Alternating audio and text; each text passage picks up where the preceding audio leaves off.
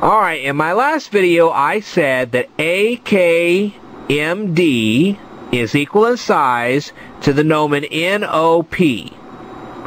Now we're going to go on. Alright, we have the angle DHM. This is D, this is H, this is M, right here. Okay, can you see that? DHM. And we're going to say that that angle there is equal in size to DEF. This angle right here. Alright. So we mark this right here, we mark this right here. Now, we can already say that this angle right here, which is EDF, okay, EDF, okay, is equal in size to DEF. And you know why? Because line DF is equal in size to FE. And why is DF equal in size to FE? Because we inscribed a square called CEFD.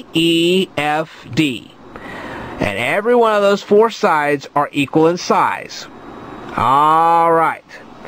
And because of that, since we have now established that angle HDM is equal in size to DHM, then we can actually now say that HM and DM are exactly the same size. Okay? We can also say that because this angle here and this angle here are the same size, and this angle here is exactly the same size as this one, that BD and BH are also the same size. Well, if we go all the way around Mulberry's bush, we can actually finally prove that BD and DM are exactly the same size, because these two are the same size and these two are the same size, so ultimately you end up with a square. And because you ended up with a giant square, you can actually say that BD equals DM because you have a square here. Alright. Now, I know it's kind of weak, but that's basically the point here. Alright. Now, AKMD is actually the rectangle AKBD. You can actually change this M to a B. So now you have AKBD. And that's because BD equals DM. Okay? Now, if that is true, then we can actually now say that AKBD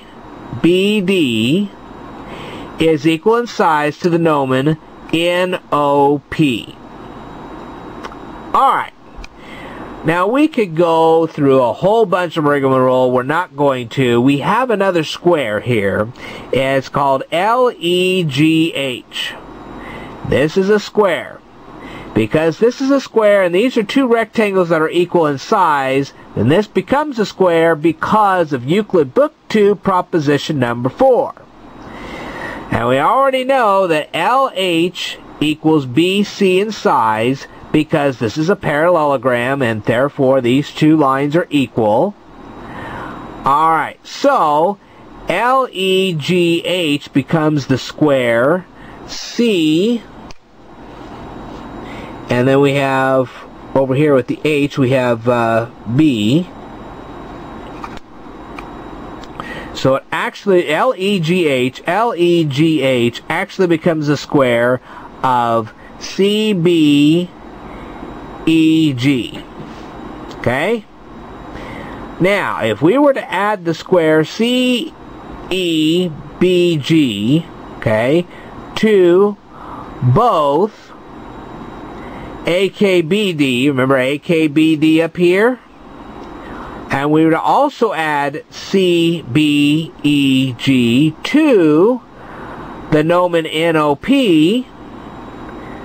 then we could say that the gnomon NOP plus LEGH plus the gnomon NOP is equal to CEFD. So the square here plus this gnomon here becomes the giant square CEFD. Alright, but then we can go on to say that AKBD plus CBEG, this square right here, is now the area of the square CEFD. And that's what we were required to prove in the first place. I will tell you more in a future video, so stay tuned.